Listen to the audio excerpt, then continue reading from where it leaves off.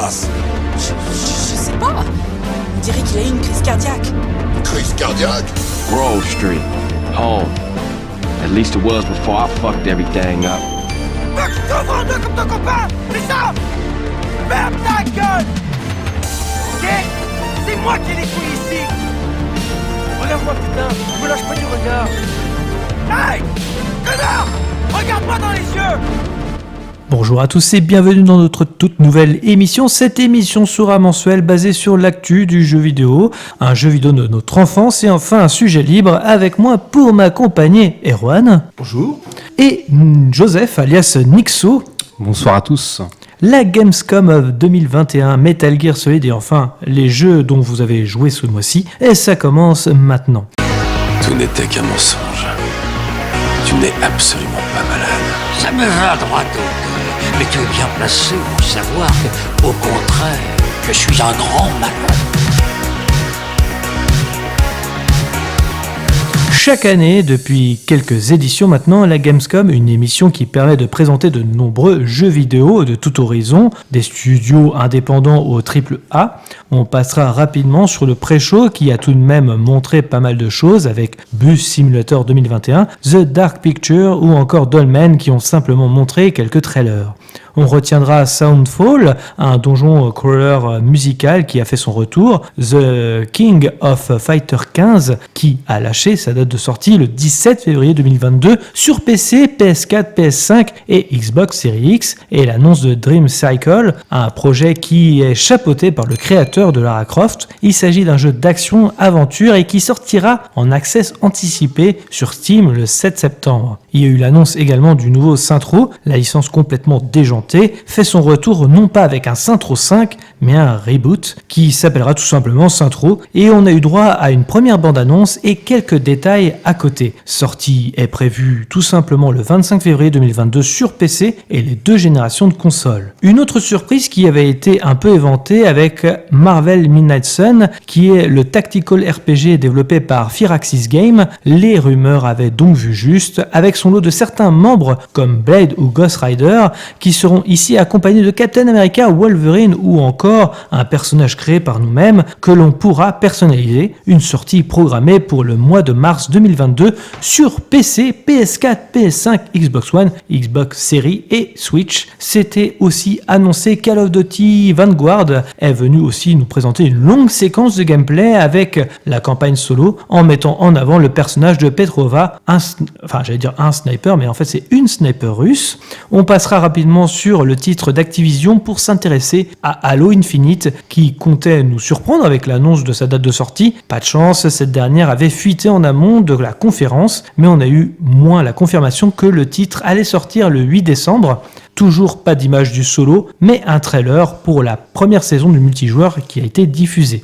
On a ensuite eu un tunnel de trailer avec celui de Cult of the Lamb, le nouveau jeu roguelike développé par Devolver Digital, mais aussi Midnight Fight Express, un jeu d'action développé par une seule personne qui vient se remontrer après son apparition l'année dernière. Parmi les reports notables de la cérémonie, on notera aussi celui de Lego Star Wars, The Skywalker Saga, qui a certes montré un nouveau trailer, mais aussi annoncé qu'il ne sortirait pas avant printemps 2022. C'est la même chose pour The Outlast Trials qui confirmait son report à l'année 2022 tout en nous consolant quand même avec un peu de gameplay. Jurassic World Evolution 2 est venu confirmer sa date de sortie fixée au 9 novembre prochain, tandis que Far Cry 6 a présenté un nouveau trailer centré sur son histoire.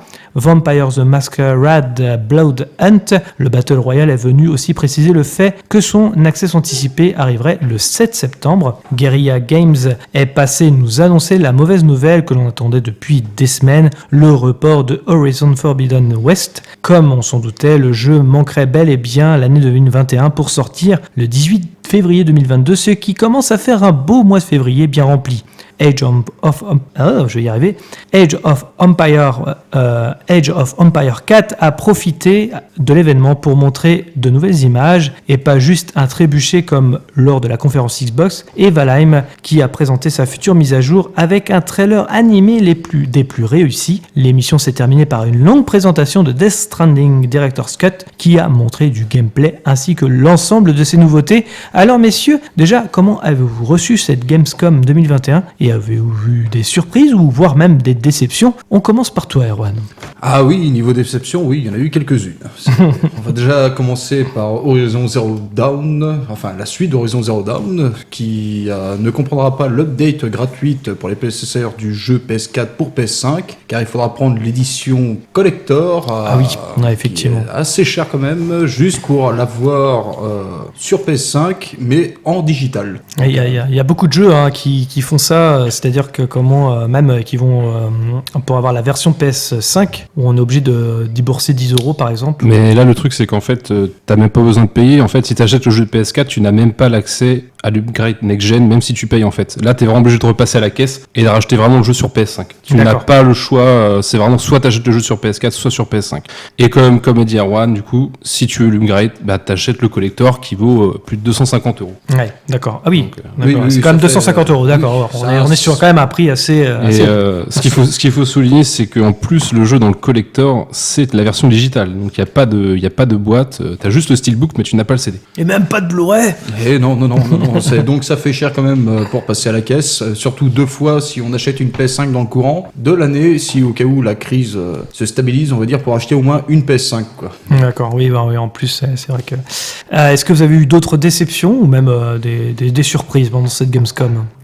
Moi j'ai été assez surpris par le jeu d'Okev en fait.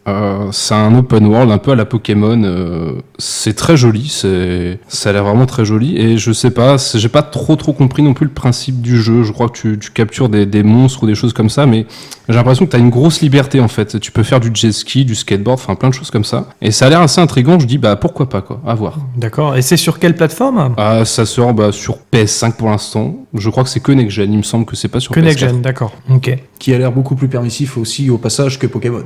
Oui. Là où on franchit quand même un cap, on va dire graphiquement, sur les possibilités et tout ça. Là, on est quelque chose sur de beaucoup plus évolué. Et, sait-on jamais, ça mettra peut-être un petit coup de pied à Pokémon Company. Oui, c'est ça. Ouais. Pour la prochaine évolution de leur jeu. Et ça, oui, ils en ont peut-être besoin, effectivement. Est-ce que vous avez eu des surprises, des bonnes surprises, justement comme ce jeu? Erwan, est-ce que toi, tu as eu des bonnes surprises?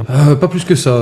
C'est vrai que j'avais pas trop d'attentes et tout ça. J'ai pas été servi comme je voulais. Il y a eu bien la présentation de Death Stranding de 8 minutes, mais après, c'était plus du bonus, on va dire, pour la version PS5. Le produit de base va rester le même. J'ai même l'impression que ça dénaturise un petit peu. Oui, parce que toi, t'as adoré ce jeu-là. Oui, rappelons-le oui, quand même, oui, c'est quelque chose. C'est un jeu qui t'a vraiment. Ah oui, c'est une très belle direction artistique, un gameplay qui n'a rien à voir avec un autre jeu et tout ça, une vraie liberté et tout ça. Faut vraiment accrocher. Mais là, c'est vrai que. Moi, je l'avais commencé. Je l'ai commencé. J'avais fait une partie. Oui, c'est vrai. Mais c'est vrai que même pour une Director's Cut, ça part vraiment dans un côté un petit peu étrange. Ça dénaturise un petit peu le produit. C'est qu'on va faciliter le joueur, on va lui apporter des mécaniques un petit peu what the fuck. D'accord. Donc c'est assez surprenant que Kojima valide ça, on va dire. Oui. Mais bon, après, quand on est fan, j'ai envie de dire. Est-ce qu'on peut repasser à la caisse? C'est ça, 50 €, je crois, quand même. Alors, pour une Director's au Cut. cas où, si on a le jeu de base, l'upgrade pour PS5 coûtera 10 €. 10 € quand même, mais au lieu de le reprendre directement en boîte sur PS5 à 50 €. Ouais, c'est ça. Ça reste toujours moins cher que Ghost of Tsushima, par exemple, qui lui propose son upgrade à 20 €, je crois, il me semble. Oui. 30 €, je sais plus, si tu as le DLC avec, bien entendu. Mais après, c'est vrai que dans l'idée, ce que ça a proposé, c'est pas forcément utile, on va dire, au jeu de base. Après, est-ce que Sony n'aurait pas fait ça justement pour peut-être attirer des nouveaux joueurs, comme tu dis, pour faciliter le truc Il y a toujours une version un petit peu commerciale, on va dire, dans le lot. C'est pour ceux qui viennent d'acquérir une PS5, s'ils étaient avant chez Xbox et tout ça, c'est vrai que c'est toujours plus facile de sortir une nouvelle version, comme ça au moins pour... Je vais prendre mon exemple, hein, mais moi j'ai pas fait Terminator Resistance sur PS4, et effectivement quand j'ai eu ma PS5, donc il y a eu l'édition PS5, j'en ai profité parce qu'il y a une grosse édition collector qui est sortie, pour effectivement y jouer et commencer le titre malgré que sur PS4 je l'ai pas fait, quoi. Donc je pense qu'il y a des joueurs effectivement sur Death Stranding qui l'ont pas fait et qui vont pouvoir découvrir le titre. Après c'est vrai que 50€ quand même, j'avoue que c'est un peu cher quand même. Oui, surtout pour un jeu qui est sorti il y a maintenant bientôt 2 ans. Oui. Donc, c'est ça. Ça commence à faire quand même, surtout que maintenant on l'a d'occasion, même neuf, avec des promotions pour 20€. C'est vrai que repasser pour 30€ de plus à la caisse, ça fait un peu mal. Et j'ai envie de vous parler du trailer de Saints Row quand même, mine de rien, parce qu'il a été dévoilé aussi lors de cette Gamescom. Qu'est-ce que vous en avez pensé ? Alors moi, c'est vrai que je suis pas très familier non plus avec la licence Saints Row. J'ai fait que le 2 pour ma part. C'est vrai que c'est pas trop ma cam. En tout cas, de ce que j'ai vu sur ce trailer, j'ai eu l'impression de voir un truc un peu à la Fortnite en fait, de ce qui était présenté. Enfin, au niveau des graphismes et tout ça, quoi. Après, je trouve que les protagonistes n'ont pas de charisme en fait. J'ai eu du mal à accrocher. Après, ça fait très cartoon. C'est ça en fait. Ouais.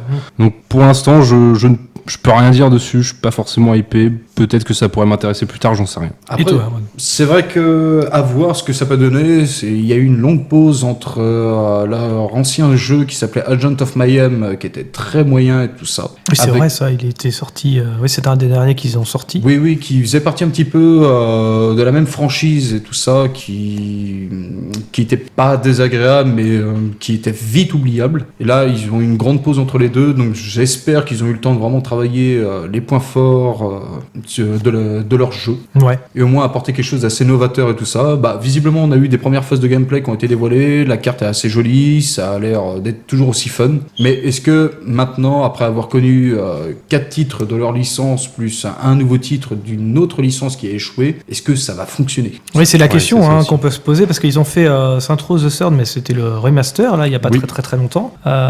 Donc c'est vrai qu'on a l'impression quand même que Saints Row, c'est quelque chose où que les gens achètent quand même, quoi qu'il arrive, malgré ce côté un peu...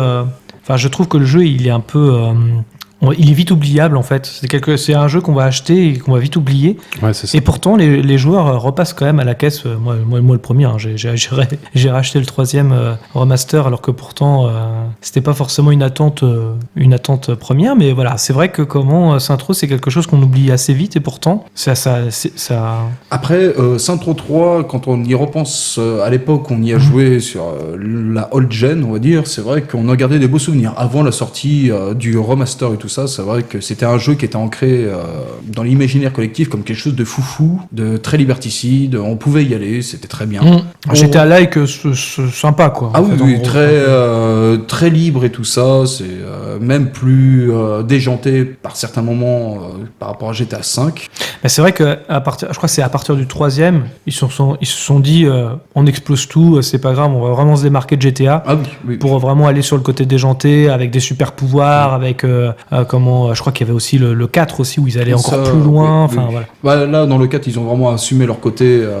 On va partir dans quelque chose de très grandiloquent, très what the fuck. On va pouvoir faire des sauts la taille d'un immeuble. On va pouvoir planer. On va combattre des aliens. On va être ils ont été à fond. Président. Et c'est vrai que, oui, c'est vrai.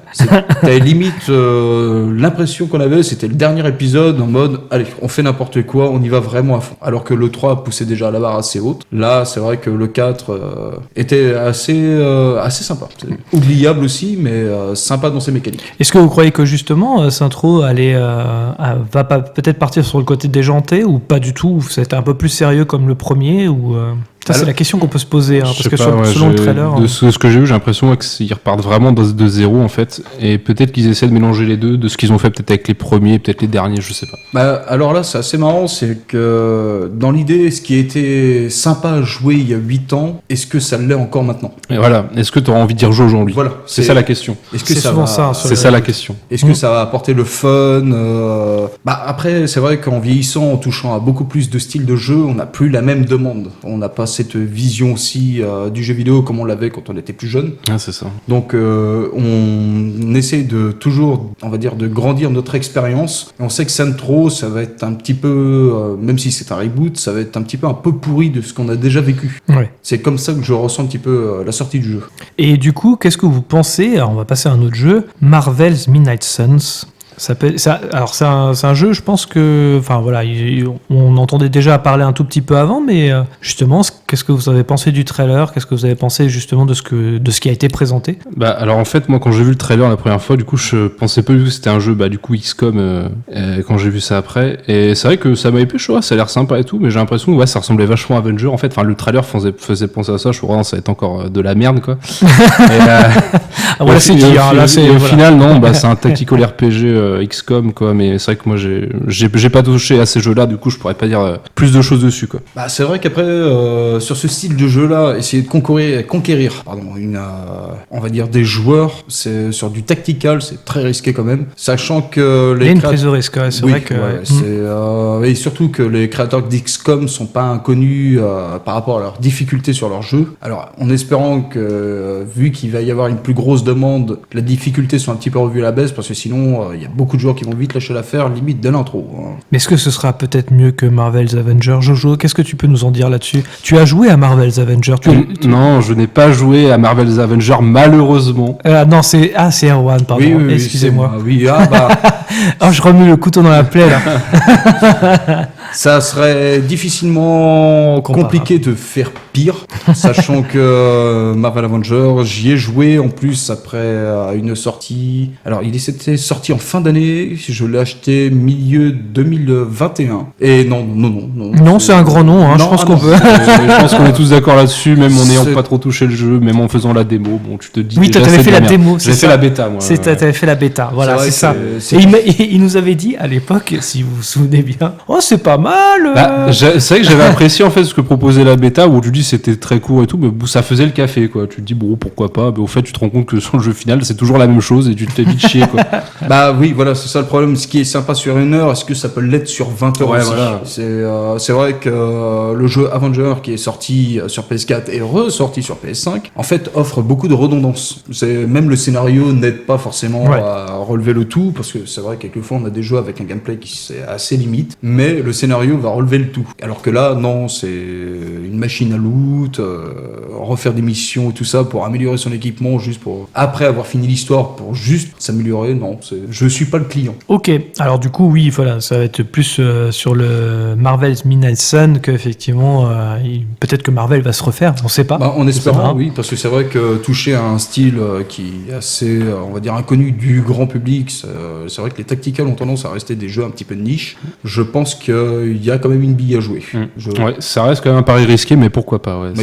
Surtout qu'ils ont un grand parc de personnages. C'est vrai que là, ils vont pas essayer de se limiter juste au film pour appeler vraiment, on va dire, les premiers fans des films du MCU ou quoi que ce soit. Là, ils ont vraiment élargi, donc je pense que ça peut être intéressant à voir si une démo ou quoi que ce soit sera dispo à un moment, mais ça peut être très intéressant.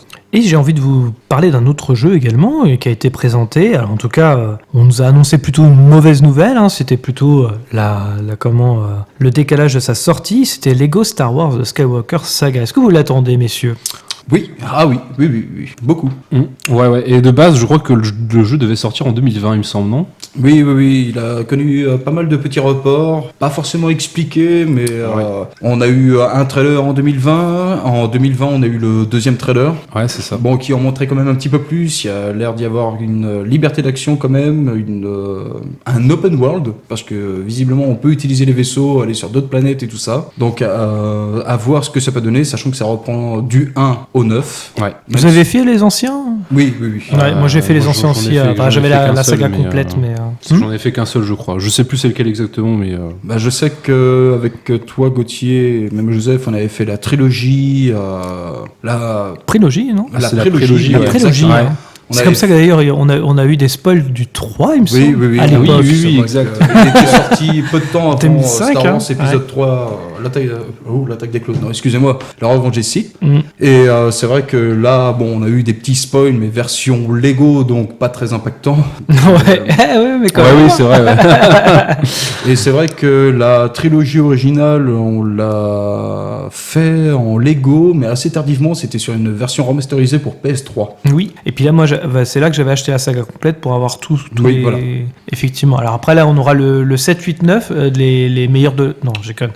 voilà, il y aura les Chef-d'œuvre, les- chef-d'œuvre. les chefs-d'œuvre, les 7, 8, 9 qui... Merci qui sont- J.J. Abrams. Oh, putain, J.J. Abrams et Ryan Johnson, Oui. n'oublions pas, mon Dieu, enfin on va essayer d'éviter d'en parler quand même, hein, parce qu'on est sur le jeu vidéo et non pas le cinéma, quand même, il faut rendre à César ce qui est à César, le jeu vidéo avant tout. Et justement, en parlant justement de ce report, est-ce que vous avez, il y a eu beaucoup de nombreux reports, est-ce que ça vous a choqué justement ces nombreux reports qui ont été annoncés sur certains jeux vidéo? Non, pas plus que ça, parce que forcément, il y a eu la crise du Covid entre-temps, donc ce qui fait que les équipes étaient tous en télétravail, pour la plupart. Donc forcément, ils sont obligés de reporter leur jeu parce qu'ils vont pas sortir dans les temps. Donc pour moi, non, j'ai pas été choqué de tous ces reports. Et après, est-ce que c'est pas un jeu qui a été annoncé un petit peu trop tôt? Aussi possible, peut-être. Parce que c'est vrai qu'à mon avis, on avait eu... Ils en font beaucoup maintenant comme ça, hein, Oui. parce que même avant la crise du Covid, hein, on a eu des jeux où ils annoncent une date de sortie, ils ont des périodes de crunch, et en fait finalement, ils peuvent pas, enfin ils restent humains, hein, les développeurs. Donc, c'est Parce vrai que c'est vrai qu'il y a des reports assez étonnants. Quand même, tu dis qu'il y a des jeux qui devaient sortir déjà en 2020, ils avaient programmé pile la sortie, et au final,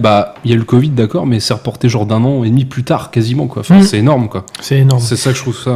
Et justement, par rapport à ça, parce que je trouve qu'ils utilisent un peu la même méthode que le cinéma. Ils donnent la date de sortie avant même de concevoir peut-être le jeu vidéo. Sauf que le jeu vidéo, c'est pas la même chose qu'un film. C'est ça la problématique des marketeurs, je pense. C'est qu'ils annoncent la date de sortie sans savoir justement combien de temps de développement ils auraient besoin.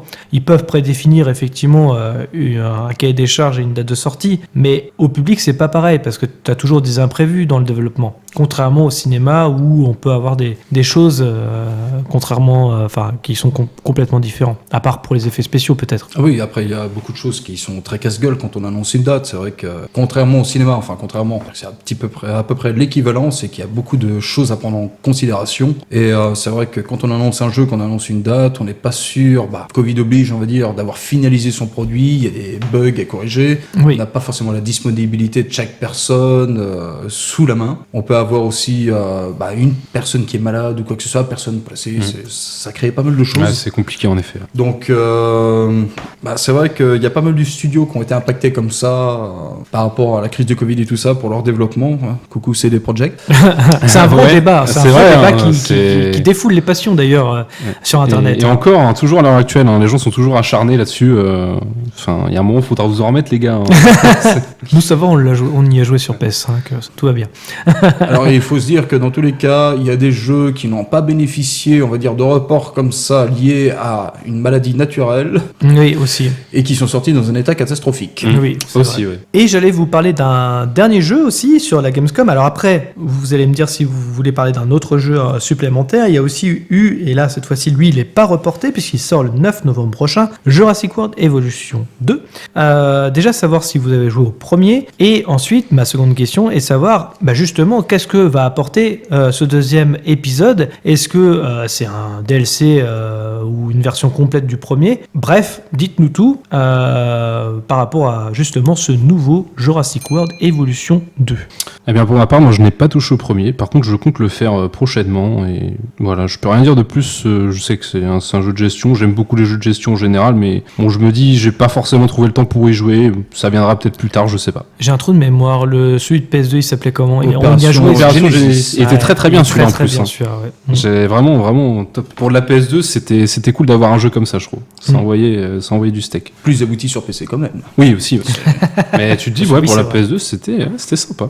Eh ben écoute, moi pour l'avoir fait, c'est vrai que le premier, ça a été une agréable surprise, j'en attendais pas grand chose. Je l'ai essayé, il y avait une très bonne, un très bon jeu de gestion tout ça, c'est rien à dire, construction de bâtiments, on va dire assez habituels. Les dinosaures, la possibilité de pouvoir leur modifier l'ADN, et assez proche quand même d'Opération Genesis qu'on a cité sur PC, PS2, Xbox, où il y a quand même une maîtrise de tout ça. Il faut gérer un petit peu la colère, la faim des dinosaures, qu'ils soient pas trop agressifs pour pas se sauver. C'est vrai qu'on retrouve ça dans le dernier sorti en date. Et pareil, des petites missions qui nous envoient à droite et à gauche sur la carte pour trouver des fossiles, pour trouver des nouvelles espèces de dinosaures. C'était très plaisant et tout ça.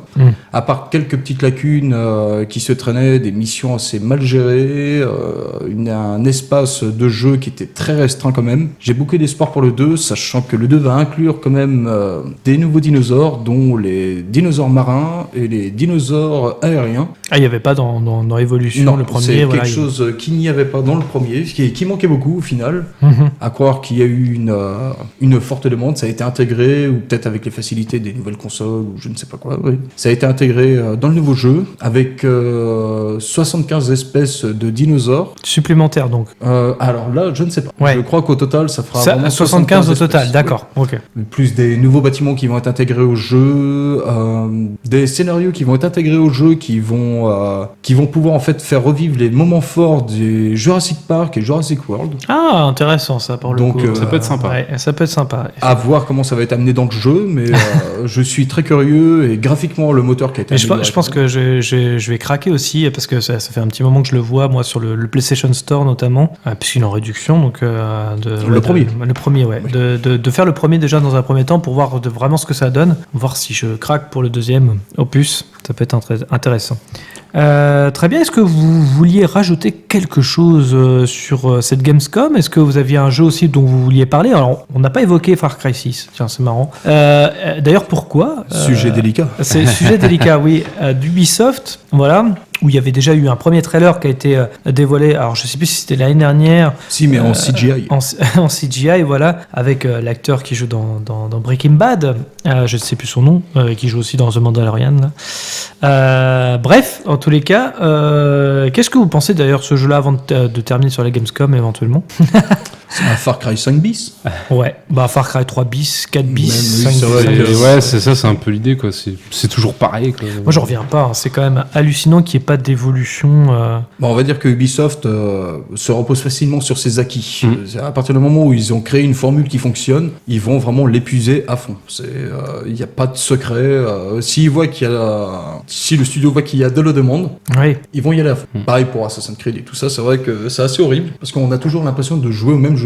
On peut changer de soft, on Oui, peut changer de c'est jeu ça. et tout ça, on va jouer toujours à la même chose. Ah bah c'est un jeu Ubisoft, tu reconnais quand c'est un jeu Ubisoft de toute façon, hein. Sur toute leur production, c'est la même chose. C'est vrai que c'est peut-être leur problème, c'est que leur identité est beaucoup marquée. C'est ça, ouais, tu le ressens quand même. Moi je sais que j'ai joué par exemple à la bêta de Riders Republic, qui est un jeu de sport extrême, et quand j'ai joué, mais c'est un jeu Ubisoft en fait, et il y a rien qui change, c'est pareil quoi. Et pourtant tu dis c'est un jeu de snow, c'est un jeu de vélo, mais non, tu ressens que c'est un jeu Ubisoft. Est-ce que ce serait justement un peu, enfin, ce studio-là ne serait pas un peu le Disney du jeu vidéo ? C'est-à-dire que un peu comme les Marvel et compagnie, c'est toujours le même cahier des charges en fait finalement. Et Dans l'idée, si, parce que McDo, ça a toujours un produit de demande qui va être fait, en mettant une ou deux petites améliorations. Le lieu peut changer, mais le contexte sera toujours le même. Il n'y a pas vraiment d'évolution. c'est juste la toile de fond qui change. C'est un sinon, reskin à après- chaque fois de chaque jeu quoi, c'est vraiment ça quoi.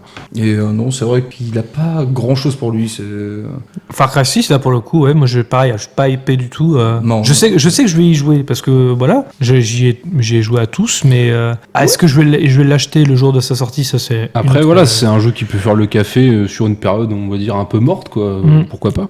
Comme un peu cette période-là, c'est ça, Jojo ? Oui.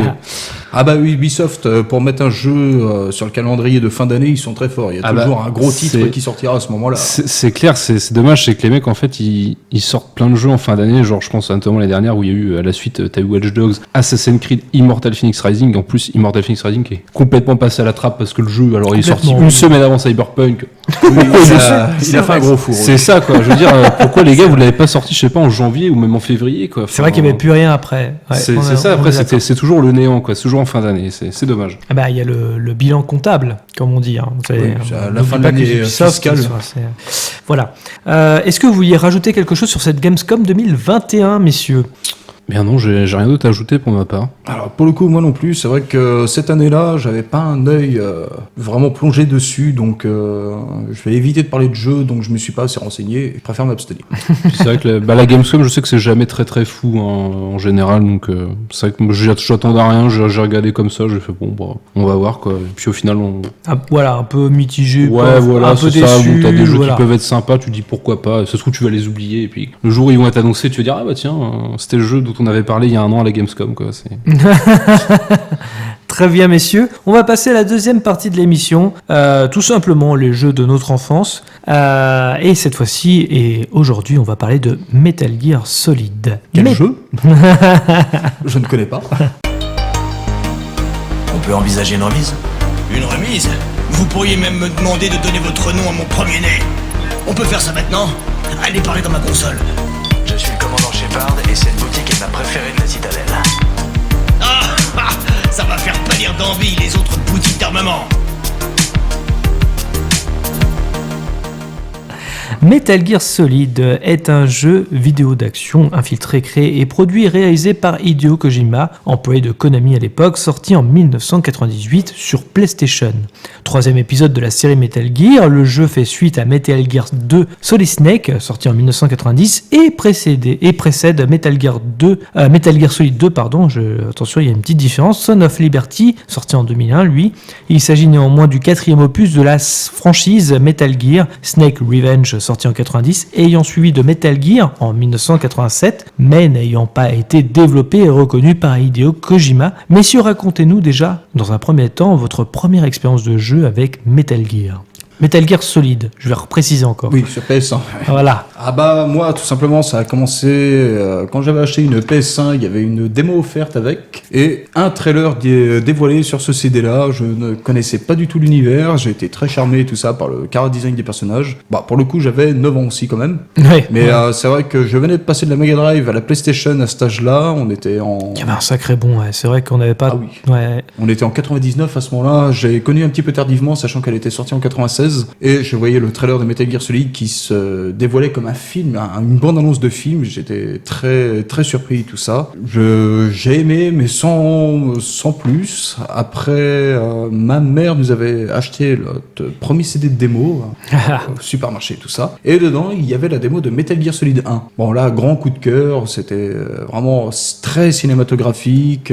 D'ailleurs c'est là que la PlayStation, contrairement à la Mega Drive ou la Super Nintendo à l'époque, quoique la Saturn et encore, mais la PlayStation en tout cas commençait déjà à faire un peu ce que les films faisaient, beaucoup de mise en scène, beaucoup de les caméras, le choix des caméras, enfin bref il y avait quelque chose beaucoup plus de la liberté quelque part créative derrière et qui empruntait les codes du cinéma. Effectivement Metal Gear Solid en fait partie. Ouais. Après Hideo Kojima, son souhait a toujours été de base de vouloir aller dans le cinéma. Donc ce qu'il n'a pas pu, on va dire, exécuter, il l'a retransmis dans les jeux vidéo de fort belle manière et a fait rêver pas mal de joueurs. Et toi Joseph?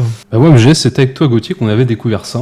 D'ailleurs je sais même plus dans quel contexte. Alors moi je t'ai fait découvrir le jeu. Oui, effectivement. c'est ça. Moi ma première expérience date un petit peu avant. Ouais, c'est ça, ouais. Et c'est vrai que je l'ai découvert avec toi. C'est vrai que, après j'étais encore un peu jeune à cette époque-là, forcément, donc oui, t'étais scénaristiquement et tout, je bitais rien au scénario et tout ça, mais après c'est vrai que question ludique, c'est vrai que le jeu proposait pas mal de choses. C'est vrai qu'on se souvient tous du codec et tout ça, quoi, des numéros du codec. Ah oui, les numéros du codec.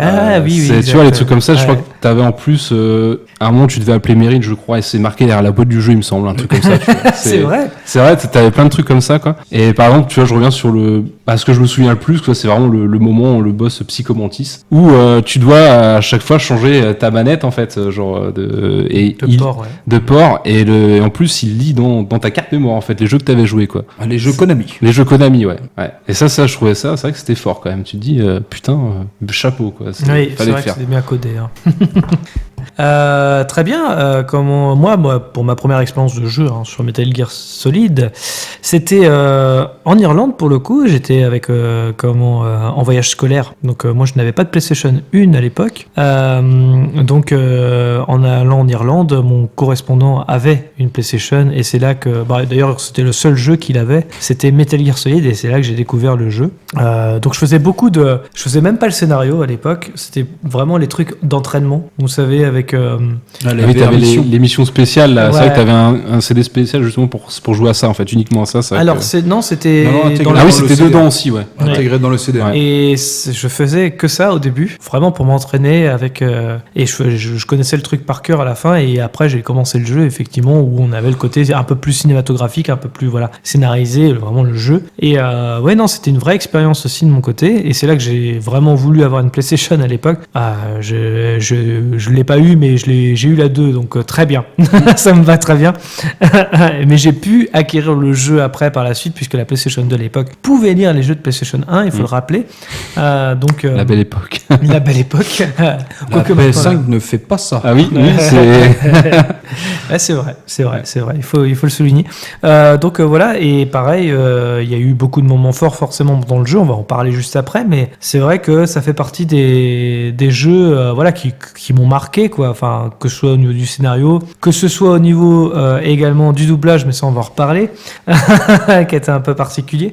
Mais c'est vrai qu'on se souvenait même des répliques, et puis même des espaces. On pouvait vraiment, dans les endroits, dans la base, on pouvait vraiment s'amuser, quoi. Il y avait aussi ce côté liberté, et en même temps, comment on dit déjà, infiltration qui était vraiment très très agréable, quoi.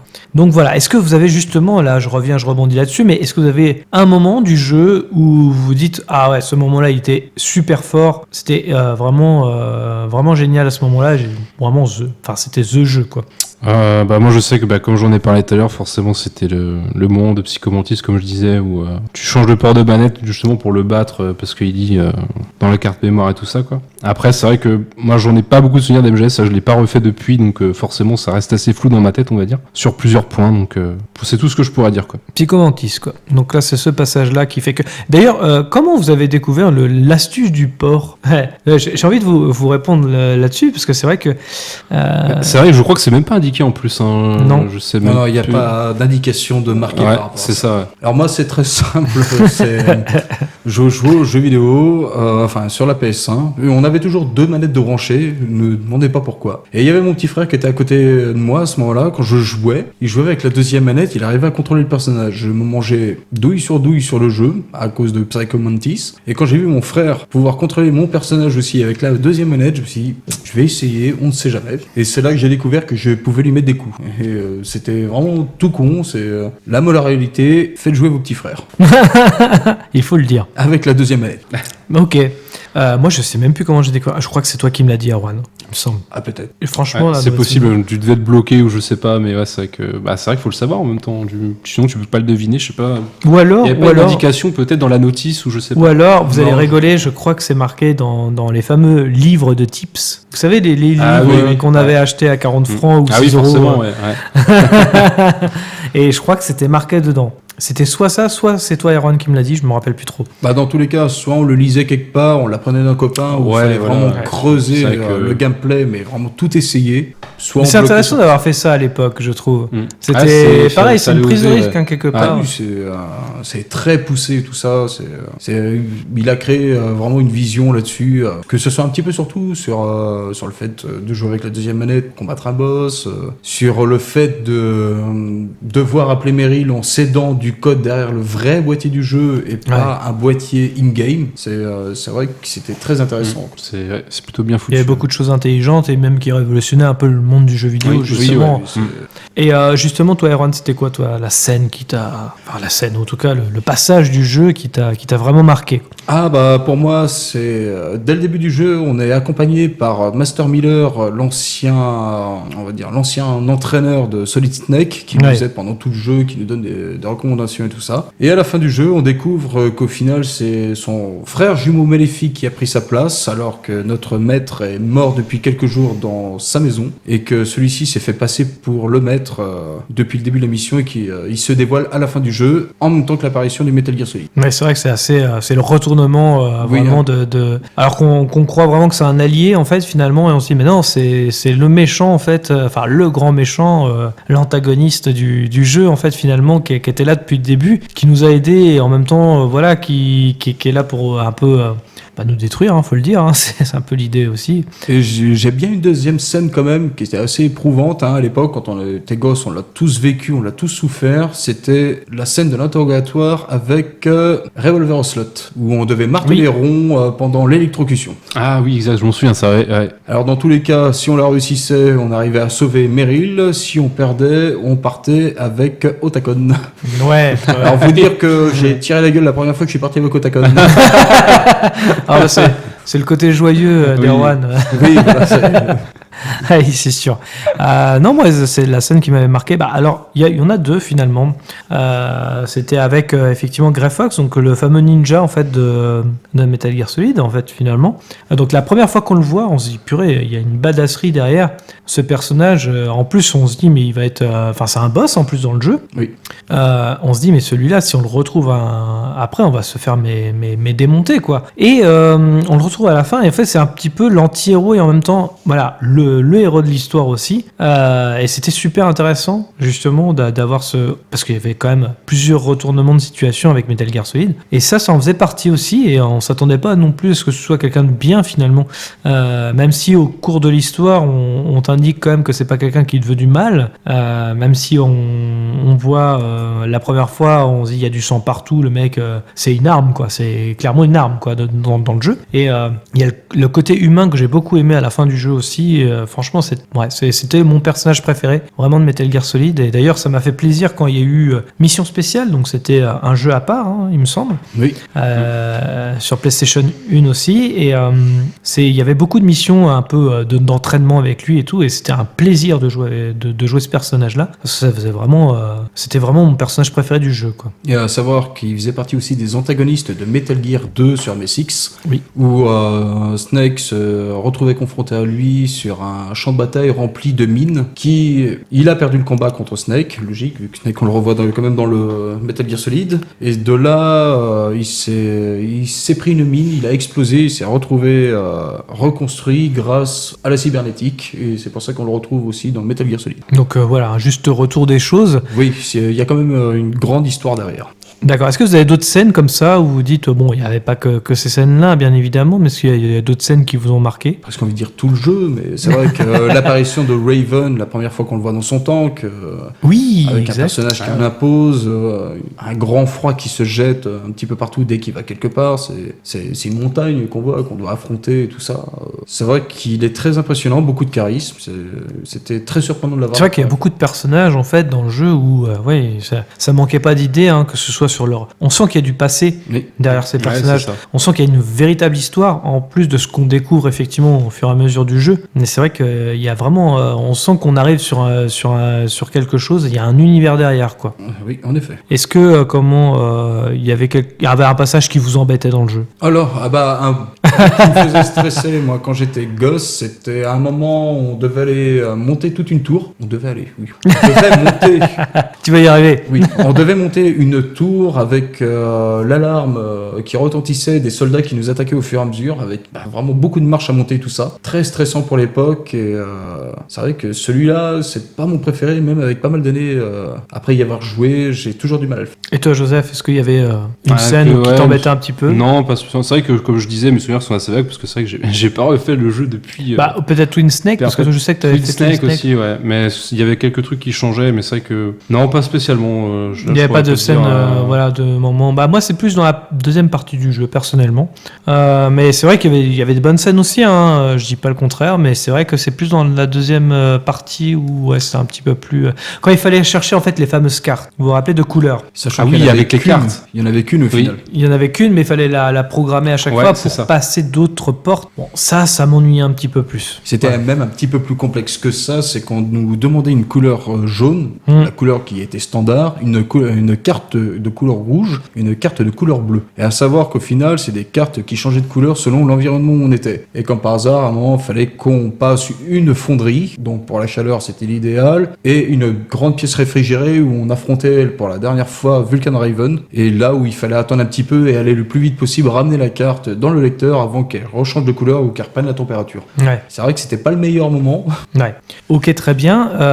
Est-ce que vous y avait d'autres choses que vous vouliez parler sur Metal Gear Solid notamment, ou est-ce que ça vous convient? Non, pour ma part, j'ai rien d'autre à ajouter. Arwan a dit pas mal de choses déjà.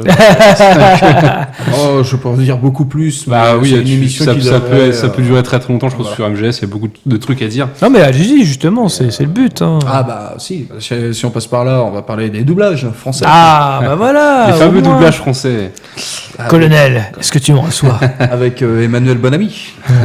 Notamment. Attention, beaucoup de respect quand même, parce que c'est vrai que même si c'était très caricatural à l'époque, ça a gagné en charme, on va dire, avec le temps. Ça faisait très parodie de Rambo, un peu, hein, l'idée. Ah bah, très film de série B. Hein, on a toujours un petit sourire quand on écoute. C'est assez marrant quand même. Ça vieillit, mais dans le bon sens. C'est ça qui est marrant. Un indé, colonel. Qu'est-ce qu'un hélicoptère russe fait ici? Mais j'avoue, j'en ai pas la moindre idée. J'ai été très surpris à l'époque quand j'avais acheté Metal Gear Solid 2 qu'il n'y avait pas les doublages français dedans. Ouais. Alors que le 1 les contenait, bah, c'est vrai qu'on touche chaud. Oui, c'est vrai que t'étais un peu perdu. Tu fais, ah merde, il n'y a pas de doublage français. Oui. Est-ce que justement, c'est pas non plus quelque part un aveu d'échec par rapport au premier? Parce que c'est vrai que ça a beaucoup été critiqué justement ce doublage français. Ah, c'est peut-être pour ça qu'ils ont fait pédale arrière. Hein. Oui, je pense aussi. Ouais, pour le 2, ils ont dit non, on laisse en VO. C'est pas possible quoi. Et si vous aviez un épisode, là on a parlé du premier, hein, puisque ça fait partie un peu des jeux de notre enfance, mais est-ce qu'il y a un épisode qui vous aura plus marqué que les autres? Ah, pour ma part, de toute façon, je pense que c'est le 2 en fait. Le 2, ouais. J'adore en fait la phase du tanker. Je trouve qu'en fait il y a des propositions de gameplay et tout qui sont cool. Le jeu est super joli quoi. Enfin, c'est de la PS2, même encore aujourd'hui, le jeu il est superbe quoi. T'as les effets de pluie et tout, tu vois sur Snake qui tombe et tout, je trouve ça magnifique quoi. Et ouais, non, vraiment, je trouve que en tout cas la partie du tanker dans le 2, moi, m'a vachement marqué quoi. Je crois savoir c'est lequel pour toi, Erwan, vas-y dis. Le 3. Ah si, le 3. Ah non, ça a été toujours...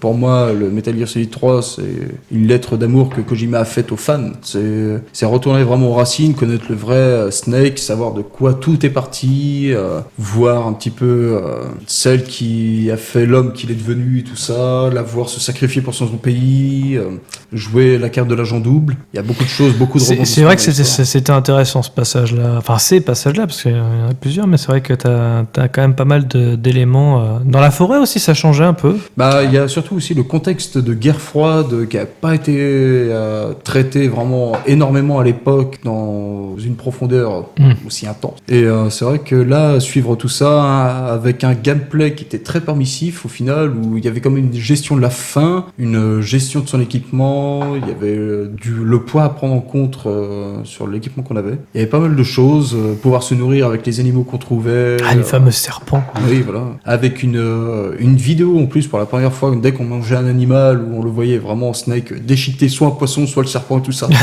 pour se nourrir. Il y avait une démo aussi là-dessus. Hein. Ouais. Oui, de 48 minutes, je me souviens. Quand même. Hein. Ouais, c'est mais non, très beau jeu, très belle technique. On sent que Kojima maîtrisait vraiment la PS2 à cette époque-là. Ah, complètement. C'est vrai qu'il a été vachement loin, hein, parce que autant le 2, comme disait Joseph, il y avait des trucs super intéressants. On avait le côté graphisme, le côté voilà. Le 3, il allait vachement loin quand même. Mais et tu vois, c'est en plus c'est des trucs que tu retrouves plus aujourd'hui. Par exemple, je prends des exemples tout con. Tu vois dans le 2, par exemple, quand tu tires sur des bouteilles en verre, elles explosent. Alors que t'as des jeux aujourd'hui, ils ne font même pas ça, tu vois. Enfin, déjà c'était assez révolutionnaire à l'époque aussi, tu vois. C'est vrai que l'environnement se cassait. Avec la démo du 2 sur le bateau, on pouvait faire énormément de choses. On sent qu'il a été développé jusqu'au bout, même l'environnement dans lequel se trouve Snake. Ah ouais, non, mais carrément. Même d'autres. C'est vrai que Kojima, à chaque fois qu'il a fait un Metal Gear, je vais pas parler de ces deux titres, je les connais pas énormément. Il a toujours poussé quand même le concept assez loin pour toujours nous apporter une expérience assez différente quand même. C'est vrai que comme tu parlais, Joseph, des bouteilles, même de l'écran plein. Ouais, en fait, dans le tanker. Ouais, c'est ça. En fait, c'est dans le détail. C'est vraiment dans le détail, quoi.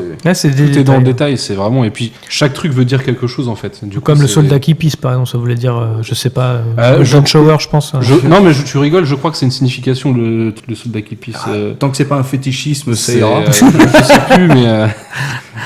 Tu chercheras, Joseph, Ouais. pour la prochaine émission, à mon avis. Mais c'est vrai que quand on parle de détails, on repense à Metal Gear Solid 3, c'est vrai qu'il y a des choses toutes bêtes, mais fallait y penser. C'est qu'à un moment, on tombe sur un petit baraquement de soldats. On peut détruire leur planque de nourriture, leur planque d'armes et leur hélico. Quand on reviendra dans cette zone-là plus tard, les ennemis auront faim, donc seront moins vigilants. Si on se fait repérer, l'hélico ne viendra plus, ou au moins pendant un laps de temps. C'est vrai que c'est quelque chose. C'était vraiment poussé, quoi. Pour l'époque, Ah ouais, c'était très mais impressionnant. carrément. Alors moi, je sais pas si je vais vous étonner, en fait. J'aime beaucoup le 2 aussi, un petit peu comme Jojo, le 3 aussi, mais c'est vrai que moi, je me dis, où je me suis vachement amusé dessus, parce que j'ai passé beaucoup d'heures dessus, c'était le 5. Ah bah, Effectivement, qui était vraiment... donc, il est sorti à la base sur PS3, c'est ça, hein?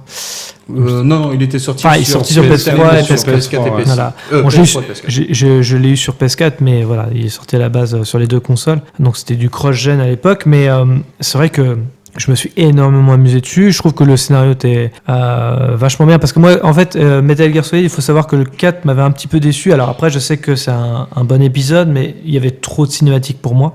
Il n'y avait pas assez de jeux, en fait, je trouve, même si effectivement il y avait des phases intéressantes, mais c'est vrai que c'est le 5 qui m'a un peu raccroché un peu avec Metal Gear Solid, même si le premier, c'est un de mes épisodes préférés, mais le 5 reste quand même en mémoire, même si c'est un des derniers épisodes. Bah, c'est vrai que vu déjà tous les problèmes qu'il y a eu entre Kojima et Konami à l'époque, il a réussi quand même à on va dire, à sortir de la vision du jeu qu'il avait. Il manque quand même une partie à la fin, qui a été... Ouais, c'était amputé. Ouais. Oui, voilà, c'est vrai que dans la tumulte, il n'a pas pu vraiment le sortir. Mais niveau jeu d'infiltration, je pense que c'est le dernier en date que j'ai vu qui était aussi complet et qui poussait vraiment... au niveau du gameplay, par contre, on n'a pas fait mieux depuis The Phantom Pain. Il n'y a pas eu mieux, quoi. Et puis il y avait le côté base aussi, rappelez-vous, où on pouvait... il y avait, même si c'était pas extraordinaire, mais ça rajoutait quelque chose. Le fait qu'on aille améliorer sa base, il y avait plein de choses dedans qui étaient un peu les prémices d'ailleurs, je pense, de Death Stranding, je pense. Bah, c'était déjà un gameplay qui était connu de l'épisode PSP Peace Walker, oui, où on avait pareil cette gestion de base là, mais plus limitée que dans Metal Gear Solid 5. Et là, on nous a vraiment agrandi la chose pour un format, on va dire, console de salon, et beaucoup mieux géré tout ça. Et ça donnait un petit plus-value, un investissement, on va dire, en plus pour ne pas tuer, comme Kojima aime le véhiculer ce message-là, plutôt de capturer, de mettre les soldats dans nos rangs. Est-ce que vous voulez rajouter quelque chose sur Metal Gear Solid ? Est-ce que vous pensez qu'on a fait le tour ? Non, je pense qu'on a fait le tour de... Oh si, il y a peut-être un truc. Vas-y, dis-nous. Jouez-y. Je pense que c'est la recommandation. Après, en même temps, les jeux de notre enfance, je pense que voilà, c'est les jeux qu'effectivement on vous conseille. Metal Gear Solid, donc si jamais vous avez l'occasion, il se trouve sur PS1 et également aussi, il me semble que même dans les nouvelles générations de consoles, on peut le retrouver sur le PlayStation Store. Le premier. Le premier. Non, si tu peux pas. Un petit peu compliqué. Un petit peu compliqué, d'accord. Je crois que sur la PS3, tu peux l'avoir peut-être sur le store. Tu peux l'avoir et tu peux l'avoir sur PC aussi. Ouais. Limite, en tout cas, la version de PC. N'hésitez pas à vous le procurer, à le télécharger si besoin via les émulateurs. En tout cas, c'est un titre qu'on vous conseille. On va passer à la troisième partie de l'émission, les jeux dont vous avez joué au mois d'août et les jeux que vous allez peut-être jouer au mois de septembre. Rien de tout ça n'est ta faute. Non, tu comprends pas. J'ai mis du temps à accepter le fait de survivre. Quoi qu'il arrive, tu trouves toujours une bonne raison de te battre.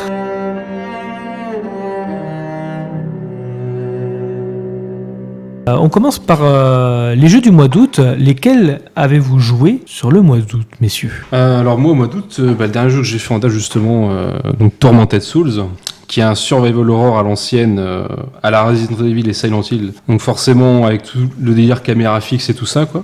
Très inspiré. Très inspiré, ouais. Franchement, j'étais sur le cul sur ce jeu. Je trouve que, il y a une ambiance qui se dégage que j'ai pas ressentie en fait depuis un bail. Que je me dis, t'as une pression constante. En fait, le jeu te met mal à l'aise sur plusieurs aspects, quoi. Je trouve ça super intéressant. Après, bon, niveau scénar, ça vole pas haut forcément. Hein, c'est pas un truc extraordinaire. Oh, bah t'inquiète, les Resident Evil non plus n'ont jamais. Oui, c'est ça aussi. Hein, c'est pareil. Hein. Et ça nous a pas empêché d'y jouer. T'y joues pas forcément pour ça, quoi. T'y joues vraiment pour le gameplay. Si t'aimes bien la recherche un peu, les énigmes, tout ça, c'est toujours toujours plaisant à jouer, quoi. Et bon, j'ai passé un bon moment dessus en tout cas, quoi. Je le recommande vivement. Avec une belle direction artistique. En aussi, plus, quand même. le jeu est très joli, ça Oui, faut c'est le vrai souligner. que, C'est pour un indépendant, pour un premier jeu en plus du studio. Mais fait sur Unity en plus. Ouais, C'est, franchement, super. Vraiment. C'est vrai qu'il y a une belle maîtrise, à part, je sais pas, moi j'ai rencontré ça de mon côté 2-3 fois, des petites baisses de framerate. Oui, moi aussi, ouais. C'est surtout vers la fin aussi. Oui, voilà, sur les gros passages, par Mm. exemple de boss ou quoi que ce soit, mais et quelques énigmes, on va dire, un petit peu alambiquées. Ouais, par contre, il y a certaines énigmes, c'est assez hard quand même. Hein. Si C'est tu vrai creuses pas trop les méninges,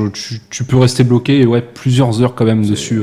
C'est vrai que si la logique n'est pas forcément votre fort, vous allez tomber sur des bonnes surprises, on va dire. Ah oui, ça c'est sûr. Et puis il y a rien pour t'indiquer, quoi. Non, Alors, non, mais bizarrement, avec une difficulté au départ qui me faisait peur, mais c'est bien dosé quand même. Bah, c'est pareil, parce que je sais que en tout cas dans la démo, c'était moins compliqué quand tu te faisais toucher par des ennemis, alors que là, en 3 coups, t'es vraiment KO, quoi, je crois. Donc c'est vrai que tu peux te faire assez... Ils avaient augmenté la difficulté sur le jeu final par rapport à la démo. Mais après, rien de surmontable non plus. Oui, voilà, c'est ça, ouais. Bah pour le coup, moi c'est vrai que j'ai fait comme Joseph, j'ai fait le jeu, très bon jeu, franchement, 20€ en démat sur le PSN de la PS5 pour le moment, sur la Switch aussi, il sortira plus tard sur la PS4. Ouais, c'est ça. Le temps, à mon avis, qu'il soit mis à, on va pas dire à niveau, mais qu'il soit... Comme CD Projekt. Oui. Ouais, le temps qu'ils optimisent pour les old gen, quoi. Qui a une bonne optimisation et tout ça, c'est vrai que je pense qu'ils veulent prendre leur temps. Mais non, c'est vrai, très bon jeu. Pas de sortie sur Xbox pour le moment non plus. Ouais, ça c'est pareil, je crois que c'est un souci d'optimisation. Je sais pas pourquoi, donc, mais... à attendre, voir ce que vont dire le studio sur les réseaux sociaux ou sur Internet, on verra bien. Ok, il y avait d'autres jeux que vous avez joué ce mois-ci ou il y avait que celui-là? Oh, il y en avait d'autres. Allez, dites-le, je sais que vous l'avez vu. Peut-être Alien Fire Team. Alien Fire Team Elite, pour être exact. Elite. Qui se présente comme un Left 4 Dead-like, avec... c'est un jeu en coop, limité à 3 joueurs pour le coup, où on combat des masses d'aliens. De base, tiré du film Alien 2. J'ai été surpris de voir à un moment que ça dérivait sur Prometheus. Ouais, et c'est là que la déception a commencé. Ah oui, effectivement. Ouais. Et c'est un jeu où vous avez beaucoup joué en ligne ou pas du tout? On a fait quoi? On a fait 2-3 missions, je crois pas plus. Et puis moi, je sais que de mon côté, j'ai pas continué le jeu. Donc, est-ce que je vais continuer un jour, ça? C'est la grande question. Parce que tu l'as pas fini alors? Non, j'ai pas fini encore. Ah oui, d'accord. C'est une punition alors. On n'ira pas jusque là quand même, parce que c'est vrai qu'il y a des choses qui sont assez intéressantes dans le jeu. C'est qu'on peut vraiment customiser son personnage. Bon, ça reste très limité. Ouais, voilà, ouais. Mais t'as quelques trucs sympas quand même là-dessus, quoi. On a l'amélioration d'armes aussi au fur et à mesure pour faire monter le niveau de notre personnage, pour pouvoir aborder les missions du mieux possible. On a plusieurs sortes d'aliens qui sont là, des niveaux de vaisseaux sur une planète. Il y a la ruche, bien sûr, qui est très fidèle, on va dire, à l'univers alien, mais... J'ai l'impression que c'est une... Alors, parce que moi, je suis souvent en partie avec vous, justement, sur la console pour voir vos réactions en direct, entre guillemets. J'ai l'impression que c'est quand même une douche froide. Après, moi, de base, je l'attendais pas, ce jeu. Donc, en fait, je l'ai pris parce qu'il était à moindre prix. Je me suis dit, ça peut être sympa. Tu te dis, bon, mélange de World War Z, Left 4 Dead, avec des aliens. Oui. Bon, allez, tu te dis, c'est plus 1000, quoi, j'achète, quoi. Mais non, je sais pas. Il manque quelque chose, en fait, dans le jeu. Il y a une ambiance, je sais pas, j'arrive pas. Et puis, c'est vachement redondant, mais c'est le style de jeu qui veut ça aussi, quoi. Ah oui, après, c'est vrai que... Mais surtout, il jouait tout seul, c'est très ouais, c'est ça, en fait. Je pense que t'as pas le même plaisir si tu joues tout seul ou avec des potes, je pense. Il y a ça qui fait que. C'est le genre de jeu, faut vraiment pas jouer tout seul, sinon tu te fais chier, quoi. Moi, c'est vrai que le problème, c'est qu'il a eu la lourde tâche de passer après Isolation. Alien Isolation, pour être exact. Oui. Et un jeu d'horreur en huis clos qui avait mis la barre très très haute sur la pression et tout ça. Je me souviens que même à l'époque, quand il s'est sorti, j'avais un petit peu de mal à me lancer sur le jeu par la peur qui m'habitait, quoi, un petit peu, parce que bizarrement, c'était le seul épisode, on va dire, qui m'avait fait sentir cette sensation que j'avais quand j'étais enfant, cette peur de l'alien. Et passer après ce jeu-là, c'est vrai que on se retrouve avec un Alien Colonials Marine un petit peu mieux géré, on va dire. Donc, malgré son prix qui reste très abordable quand même, c'est pas... Ouais, ils l'ont pas mis au prix fort. Ça, on peut quand même souligner... C'est vrai que sur le PSN, on l'a à 40€. Chez certains marchands, on peut l'avoir à 26€. C'est ça. Donc c'est vrai que c'est pas très excessif. Si tu regardes, il y a les bons plans, tu peux le trouver à pas cher. Quoi. Voilà, il n'y a pas une énorme prise de risque. Faut voir aussi les personnes avec qui on y joue, s'il y a de l'investissement, tout ça. Après, voir quel est cet investissement, si ça poussera à jouer vraiment sur le long terme ou si une session passe-ci par-là, ça sera... Ouais, voilà, de temps en temps, ça peut être sympa à jouer. Avec des amis, je pense que c'est plaisant. Ça fait le café, on va dire. On va dire que c'est le jeu un petit peu de l'été, le jeu multi-l'été. Ouais, c'est ça, ouais. C'est pas le jeu qu'on se souviendra, mais on va pas regretter qu'il soit sorti parce qu'il était là. Ouais, voilà, c'est pas celui qu'on lancera en premier quand on s'embêtera. Très bien. Alors moi, du coup, pour le mois d'août, j'ai fait Mafia Definitive Edition, qui est un remake. C'est là que j'ai fini, oui, voilà, au mois d'août.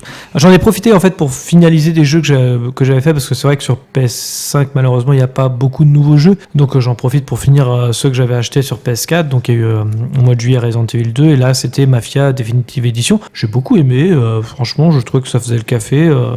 Franchement, dans l'ensemble, je sais pas s'il va me rester dans la tête, mais c'est au niveau du scénario, oui, ça reprend un petit peu les films des années 80-90, des films de mafia, quoi. Donc moi ça m'allait. Donc pour le coup, il y avait un peu de clichés, un peu de voilà. La ville est très jolie. Ah oui, le jeu est bien modélisé, je trouve. Le gameplay aussi, franchement, il n'y a rien à dire là-dessus. J'ai pas eu de problème là-dessus. Non, j'ai passé un bon moment. Ça passe très vite, par contre, c'est un jeu assez court, mais c'est très bien. Franchement, ça m'allait beaucoup à ce moment-là, donc j'avais besoin d'un jeu qui passait vite, donc là, c'était très bien.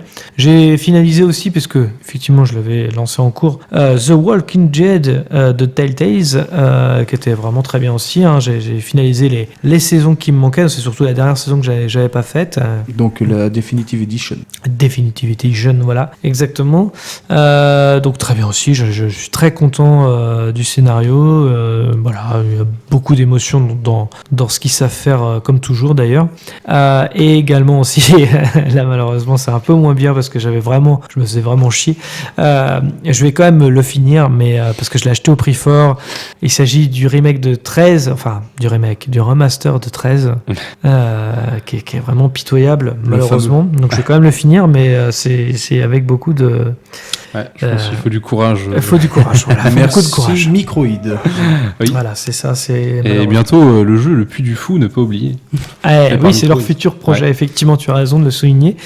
Donc voilà, donc ça, je sais que je vais le finir là bientôt. Et messieurs, j'ai envie de vous demander également vos attentes de septembre sur le mois. Qu'est-ce que vous attendez? À quoi vous allez jouer? En septembre, je pense que peut-être qu'on attend à peu près tous la même chose. Pour ma part, moi j'attends Kena, qui sort à la fin du mois. Le précommandé aussi. Ouais. Donc, de ce que j'ai vu, en tout cas, la direction artistique me parle. Tu vois, je trouve ça joli. C'est un petit jeu d'aventure comme ça peut être sympa. Tu dis ça va pas être très long comme jeu, mais. Oui, parce qu'il va. Alors, je sais pas si c'est le côté durée du jeu, mais en tout cas, il va peser que 17 gigas, il me semble. Mais il me semble que le jeu, il doit faire une dizaine d'heures à tout casser. D'accord. Faut le prendre comme un petit jeu d'action aventure. Ouais, voilà, c'est ça. Très fantaisiste, très chapeauté, qui fait très Pixar et tout ça. Ouais, voilà, ça fait. Ça a l'air d'être rondement bien mené, tout ça, ça peut être très intéressant. Donc, c'est vrai que j'en ai pas regardé grand chose pour me garder un petit peu. C'est pareil de mon côté, j'ai vu que le premier trailer en fait. Oui, voilà, j'ai pas vu autre chose après. Moi, ça m'a convaincu aussi. C'est le premier trailer. Ça je garde de côté. Je sais que je vais adorer. Ah ouais, non, vraiment. Est-ce qu'il y a d'autres jeux à part Kena? On est tous d'accord pour dire qu'on va y jouer. Alors donc ça, celui-là, ok.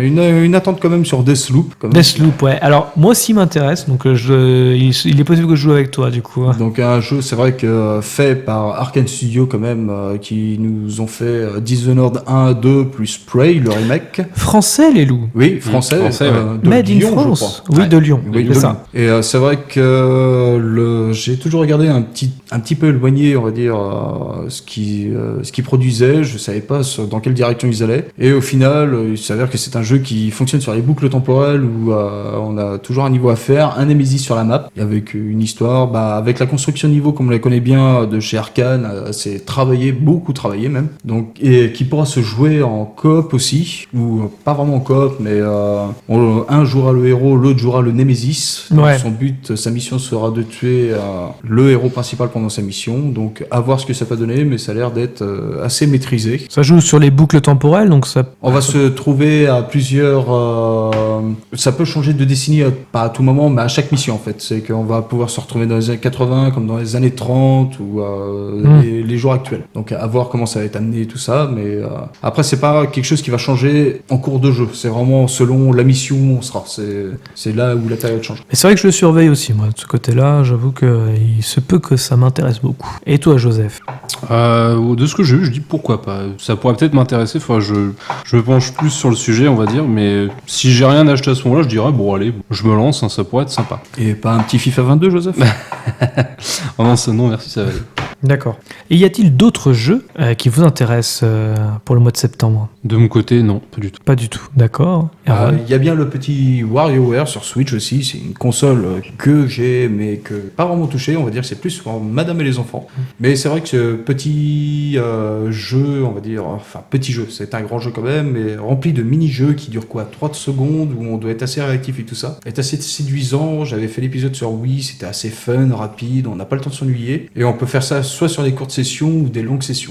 À voir, j'ai pas fait la démo encore sur le store de la Switch, donc à voir ce que ça peut donner, mais ça pourrait être un des titres un petit peu intéressants. Et ben moi, il y a aussi effectivement les jeux que vous avez cités, bien évidemment, Kena et donc Deathloop, pardon, oui. Excusez-moi.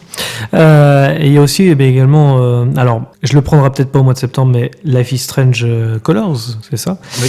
Mais je le prendrai vraiment quand il coûtera moins cher, pas au prix fort dès le début. J'ai fait les 2 premiers Life is Strange plus le Before the Storm que j'ai beaucoup aimé. Mais voilà, c'est pas le jeu que je vais acheter au prix fort directement. Je suis en train de chercher s'il y avait d'autres jeux au mois de septembre. Bah à part toujours les mêmes FIFA et PES, non, ça reste un mois assez calme. Les licences annuelles, ouais, comme d'habitude. Il y a bien Sonic Colors et tout ça, qui est juste un portage. Oui, voilà, de la version Wii. De la console Nintendo, oui, ouais.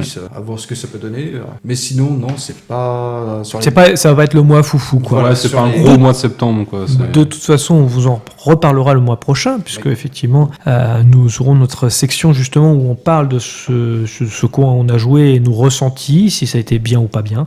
En tous les cas, vous aurez nos réactions par rapport à ça. Est-ce que vous vouliez rajouter quelque chose, messieurs, ou est-ce qu'on a été complet? Je pense qu'on a fait le tour un petit peu sur le sujet. Vu que ça sera un mois assez calme, on a abordé les sujets comme on le voulait. Ouais, non, je pense qu'on a fait le tour de tout ce qu'il y avait à dire. Eh bien, en tout cas, merci à tous de nous avoir suivis. Je vous rappelle que vous pouvez clocher, commenter, mettre un pouce bleu, nous suivre sur les réseaux sociaux, Facebook, Twitter, Instagram. Les liens sont dans la description. Dans tous les cas, rendez-vous devant vos télés pour simplement jouer. Bonne soirée à tous. Bonne soirée. Bonne soirée. Nobby, le chef, qu'est-ce qui se passe? Je sais pas. On dirait qu'il a eu une crise cardiaque. Crise cardiaque? Grove Street, home. At least it was before I fucked everything up. Veux que je t'ouvre en deux comme ton copain, c'est ça? Ferme ta gueule! Ok? C'est moi qui ai les couilles ici! Regarde-moi putain, me lâche pas du regard! Hey! Connard! Regarde-moi dans les yeux!